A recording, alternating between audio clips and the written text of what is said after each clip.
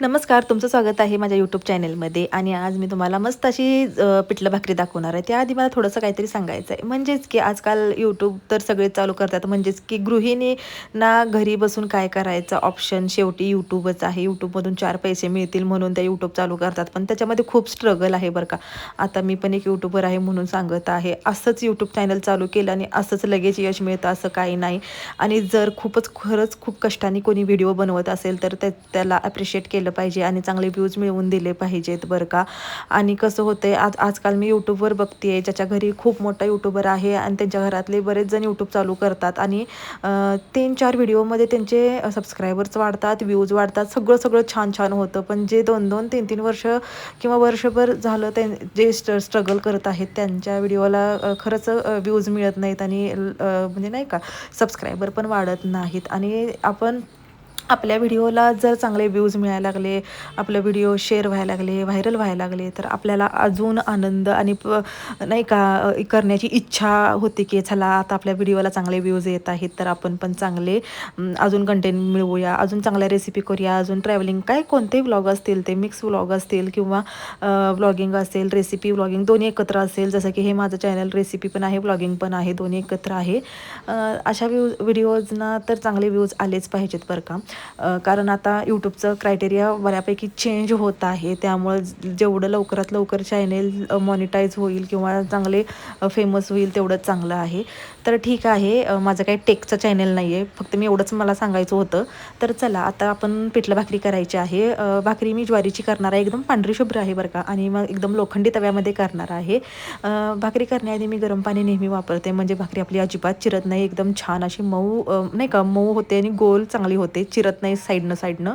आणि त्यानंतर चांगली अशी आता मी मळून घेते ना आपल्या हाताच्या साह्याने, म्हणजे हाताचा आपला वरचा भाग असतो ना त्याने असं छान मळून घ्यायचं, म्हणजे आपली भाकरी पण चांगली होते.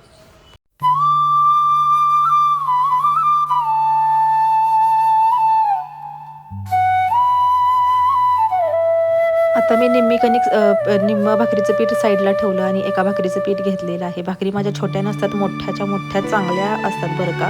एक भाकरी खाल्ल्यावर दुसरं काही खाऊ जाणारच नाही आणि त्यात पिठलं असल्यावर तर एक नंबर बरं का. जेवढं चांगलं मळता येईल तेवढं तुम्ही पीठ चांगलं मळायचं आहे बरं का. आणि साईडला थोडंसं बाकीचं पीठ साईडला ठेवायचं, आपलं पीठ चाळवून घ्यायचं आणि त्याच्यावर भाकरी ठेवून छान थापून घ्यायची आहे. बघा व्हिडिओमध्ये.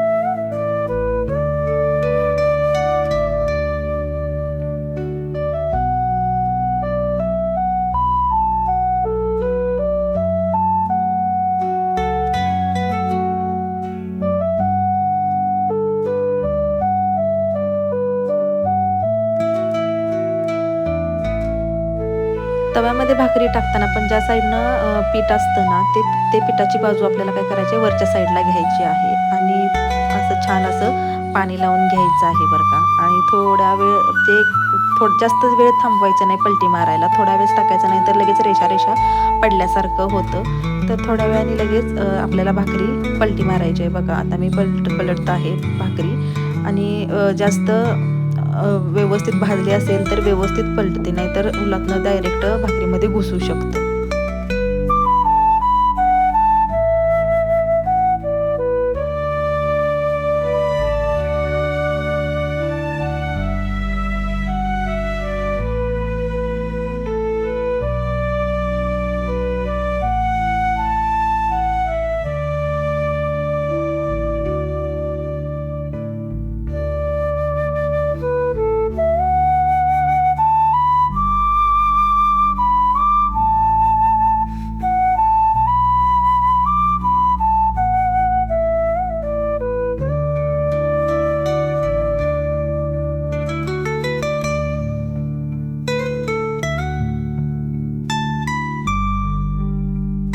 माझी भाकरी खूप छान फुगते, पण ह्या भाकरीला साईडनं कुठून तर हवा गेल्यामुळे ती फुगलेली नाही. पण माझ्या भाकरी, चपाती, पुरणपोळ्या तुम्ही व्हिडिओमध्ये बघितलंच असाल, नसेल तर तुम्ही पूर्ण चॅनल चेक करा.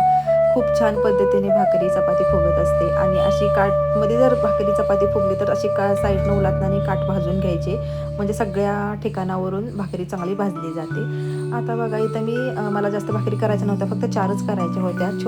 छोटी एक आणि मोठ्या 3 अशा करायच्या होत्या. त्याच तव्यामध्ये आता मी मस्त असं पिठलं गरगटणार आहे. गावाकडं कसं पिठलं गरगटणे असं म्हणतात बरं का. पिठलं बनवणार आहे मी. तवा तर ऑलरेडी तापला होता, त्याच्यामध्ये जिरे मोहरी टाकलेली आहे. कांदा पण छान असा भाजून घेणार आहे. कढीपत्ता तर टाकलाच पाहिजे, म्हणजे पिठल्याला छान वास येतो बरं का. म्हणजे जिरे मोहरी, कांदा आणि कढीपत्ता आता मी छान भाजून घेणार आहे. आणि जेवढं पाहिजे आहे तेवढंच, म्हणजे जास्त बनवणार नाही आहे मी. आमच्या घरी पिठलं भाकरी खूप आवडते बरं का. आता त्याच्यामध्ये हळद टाकणार आहे आणि लागलीच लाल तिखट, म्हणजे आमची कोल्हापुरी चटणी पण टाकणार आहे आणि छान अशी तेलामध्ये भाजून घेणार आहे. तुम्हाला जेवढं तिखट टाकायचं आहे तेवढं टाकून घ्या. आणि या काळा तवा, म्हणजे लोखंडी तव्यामध्ये ना केलं ना, आणि त्या भाकरी केलेल्या तव्यातच केलं की खूप छान चव लागते बरं का. आणि लोखंडी तव्यातलं कधी पण चांगलंच असतं. तरी ते माझं सगळं भाजून झालेलं आहे. मी पाणी घातलेलं आहे मला जेवढा हवा आहे तेवढं. आणि शेंगदाण्याचं कूट पण घालणार आहे. पिठल्यामध्ये शेंगदाण्याचं कूट घातल्यानंतर पिठलं खूप छान चवीला लागतं. म्हणजे असं एकदम कुट्ट घालायचं नाही, एकदम बारीक बारीक पिठासारखं कूट नाही घालायचं. थोडंसं मोठं असेल तर प्रत्येक दाताखाली थोडं थोडं आलं की खूप छान लागतं. कोथिंबीर, मीठ वगैरे सगळं घातलेलं आहे. आणि आता उकळी आल्यानंतर मी पीठ त्याच्यामध्ये गरगटून घेणार आहे.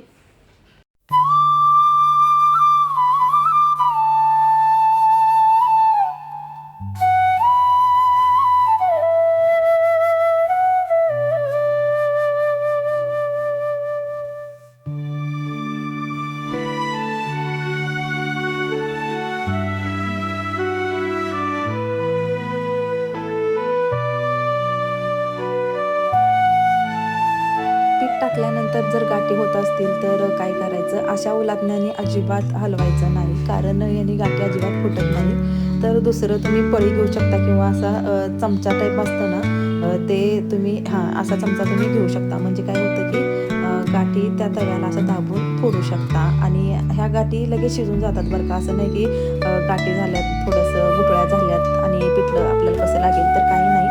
छान शिजलं ना, त्या गाठी आपोआप विरघळतात. हा माझा अनुभव आहे. आणि थोड्याच वेळाने लगेच तो लोहा असताना, म्हणजे या लोखंडी कढईतलं त्या पिठल्यामध्ये उतरतं. म्हणजे पूर्ण पिठल्याचा म्हणजे पूर्ण नाही, थोडाफार असं काळपट कलर दिसतो, पण चवीला एक नंबर लागतं. कोणी बनवत असेल तर त्यांनाच समजेल बरं का. तर आता इथं माझं झालेलं आहे पिठलं वगैरे सगळं करून. आणि आता मी ताट करणार आहे.